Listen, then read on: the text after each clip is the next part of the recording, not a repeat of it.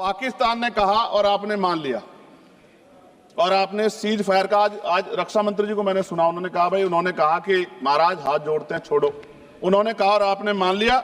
लेकिन फिर उसके बाद 10 तारीख को दोबारा से जो है ड्रोन उड़े और 15 लोग शहीद हुए, 43 लोग घायल हुए।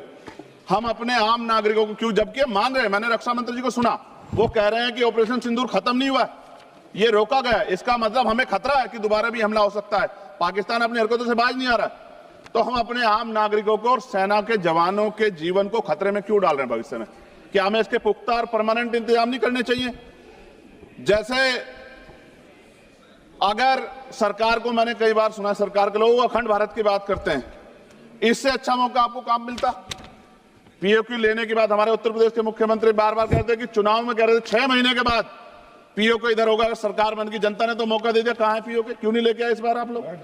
तो पहली सीढ़ी तो इस बार ही चढ़ गए थे। जिस तरह से मीडिया ने माहौल बनाया था मोदिया, तो ऐसा लगा कि अगर देश की सेना ने जो हिम्मत जुटाई थी, सरकार मदद करती, तो माननीय नरेंद्र मोदी जी पाकिस्तान के भी प्राइम मिनिस्टर होते इस बार, इसी बार, और फाइनेंस मिनिस्टर बैठी है हमारी, ये पाकिस्तान की फाइनेंस मिनिस्टर होती। इस तरह के हालात बने हुए थे और ऐसा मौका चूकना ही नहीं चाहिए था।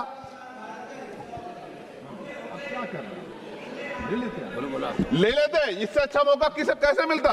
पूरा देश एकजुट था। मोदी, मैं खत्म करूंगा, पूरा देश एकजुट था, इससे अच्छा मौका कहां था? लेकिन अब अमेरिका में बैठ के कोई देश के फैसले कर ले तो देश की गरिमा पे, संप्रभुता पे बहुत बड़ा हमला है। इसको हमें समझना चाहिए, हमें समझना चाहिए किसी की हैसियत नहीं है। भारत दुनिया में इकलौता ऐसा देश है जिसका कोई मुकाबला नहीं कर सकता है। यहाँ का 140 करोड़ देशवासी एकजुट खड़ा है और सबको जवाब दे सकता है। मोदी, आज खत्म करते हुए कहूंगा, अमरनाथ की यात्रा आ रही है अगस्त के फर्स्ट वीक में, चल भी रही है, नहीं चल रही। अनुराग भाई, आपको बोलने का मौका नहीं दिया, आप ये नाराजगी मेरे ऊपर मत उतारो, आप लड़ो ना उनसे, आप लड़ो चेयर से, मुझे कहाँ वो करना। खत्म हो रही है अमरनाथ की यात्रा, खत्म होने वाले, सुरक्षा के पुख्ता इंतजाम होने चाहिए और दोबारा ऐसी कोई घटना ना हो। लेकिन अंत में महोदय मैं कहूंगा, आम लोगों की जान भी गई, क्या सरकार ने उन परिवारों को मुआवजा दिया है?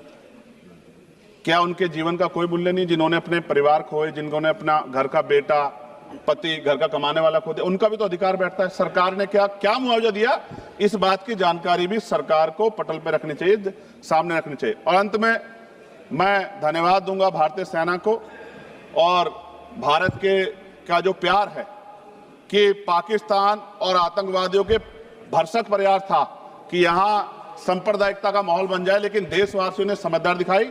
और कश्मीरियों को भी मैं बहुत धन्यवाद देता हूं कि उन्होंने